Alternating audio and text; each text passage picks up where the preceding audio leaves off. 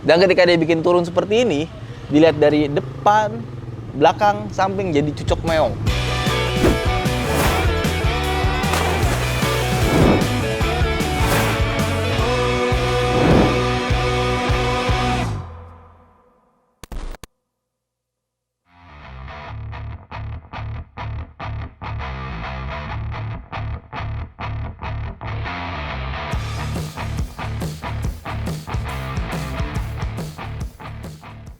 Halo semuanya, kembali lagi di Vlog Ridwan Hanif dan kali ini kita lagi ada di Autonet Part. Ya, jadi kemarin di IMX 2021 gue meluncurkan dua buah produk. Yang pertama adalah body kit Raize yang seperti itu, dan yang kedua itu adalah tumpukan velg yang lagi di packing sama Noval.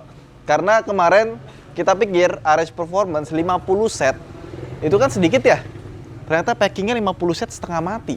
Banyak banget, dan alhamdulillah dalam waktu 24 jam velg tersebut sudah habis di marketplace. Jadi yang belum dapat, mungkin nanti kita akan bikin batch berikutnya di tahun 2022.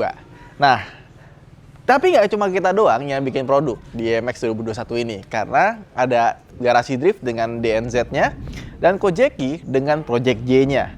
Dan di sebelah saya ini sudah ada Honda City Hatchback yang digunakan sama Kojeki buat bikin project. Nah, di sini ada beberapa perubahan, dan definitely kalau gue punya Honda City Hatchback, modifikasi yang gue akan lakukan kurang lebih akan seperti ini. Pertama, body kit dari Project J.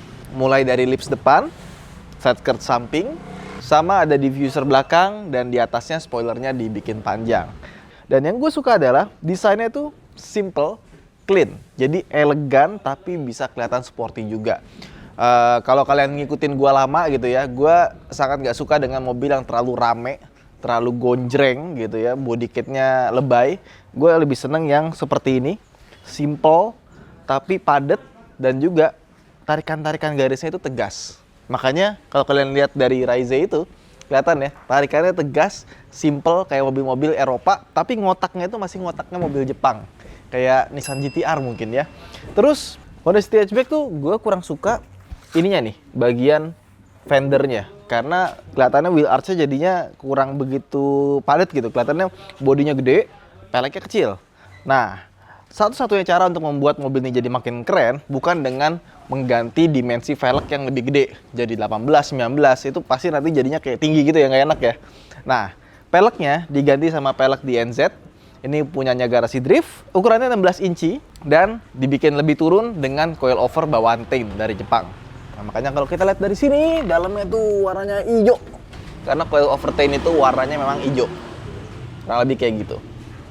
Dan ketika dia bikin turun seperti ini, dilihat dari depan, belakang, samping jadi cucok meong. Jadi enak banget dilihat ya.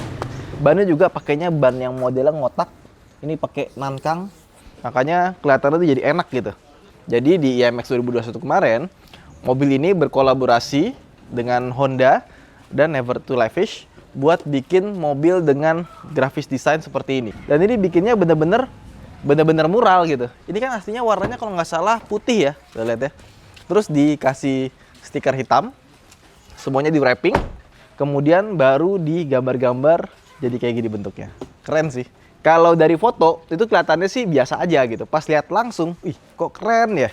Soalnya buatannya tuh bener-bener kayak street art gitu loh. Kemudian dari belakang. Nah, dari belakang ini ubahannya ada di spoiler belakangnya, dibikin lebih panjang. Dan dia tuh panjangnya nggak lurus, dibikin agak turun ke bawah biar kelihatan lebih aerodinamis ya. Sama bagian belakangnya, nih dibikin diffuser seperti ini. Nah, terus di sini kita bisa lihat dia ada knalpot yang besar dan ini full system sampai ke depan. Ini buatan Project J juga dari Kojeki. Suaranya seperti ini.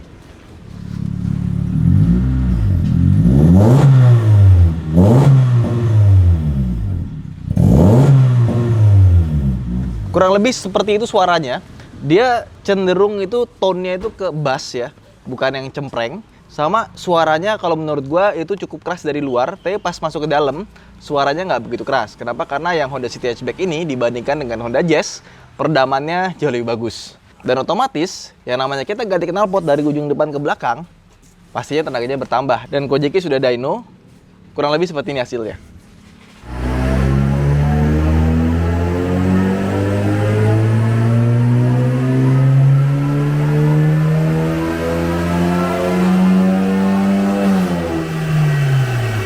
akhirnya kita udah selesai dyno ya. Sekali lagi saya kasih tahu, ini adalah City Hatchback Matic, bukan yang manual. Makanya tenaga awal yang didapatkan dari mobil ini adalah 118,4 HP. Yang kedua itu adalah 122,5. Nah, terus kan tadi udah diganti knalpotnya, suaranya berubah, ya kan? Pertanyaannya berapa kenaikan tenaganya? Yang namanya kalau kita ganti full system dari depan ke belakang, otomatis pasti tenaganya nambah. Nah, Kojeki itu sudah, ya itu namanya juga lagi packing ya. Jadi ada suara-suara begitu. Semangat Val, kau pasti bisa. 50 set loh. Kelihatannya dikit nih 50 set, cepet habis emang. Tapi ternyata pas packing lumayan juga. Nah ini nih, tenaganya nih ya. Jadi peak powernya bisa dilihat di sini. Yang tadinya grafisnya di bawah sini, sekarang grafisnya jadi naik mulai dari RPM 1500 tuh. Naiknya lumayan. Dan di peaknya itu berubah nih. Kalau yang tadinya ada di RPM 5500 sebelum ganti knalpot, sekarang peaknya jadi turun di 5000 RPM.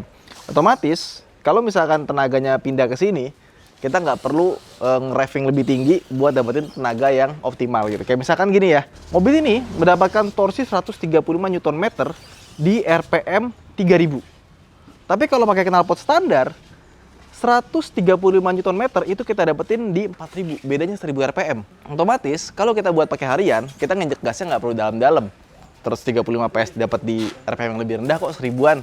Dan tenaga paling maksimalnya itu ada di 150 Nm dari yang sebelumnya 144 mungkin ya. 143,2 Nm. Udah ada. Oke, sekarang kalau horsepower-nya berapa? Tadi kan kita ambil yang torsi. Wah, ini kelihatan signifikan juga ya. Makanya kalau mobil tuh diganti knalpot otomatis tenaganya naik karena dia lebih free flow kan. Ini kita lihat tenaganya ya. Tenaga puncaknya tadinya 118 bhp menjadi 122 bhp. Dan kita biasanya kan pakai mobil tuh tenaganya mungkin di RPM 2000 sampai 3000 ya, atau enggak 3500 deh paling maksimal. Di RPM 3500 kita dapat tenaga 67 dari 64, dan di RPM 2000 kita dapat tenaga dari 29 jadi 31. Perbandingannya agak lumayan. Tapi yang paling pengaruh sih torsi, karena semakin tinggi torsinya semakin enak buat bejek-bejek di putaran bawah. Memang angka-angka horsepower itu adalah angka yang bagus. Kita senang kalau lihat mobil yang horsepower tinggi. Tapi sebenarnya yang kepake itu bukan putaran tingginya, putaran bawahnya buat harian. Kecuali kita pakai buat balapan. Dan untungnya mobil ini sudah pakai VTEC. Jadi pas di putaran tinggi, langsung naik dia. Dan untungnya mobil ini sudah pakai VTEC. Jadi pas di RPM tinggi, dia itu liftnya naik. Jadi lebih banyak udara yang masuk, makanya lebih enak.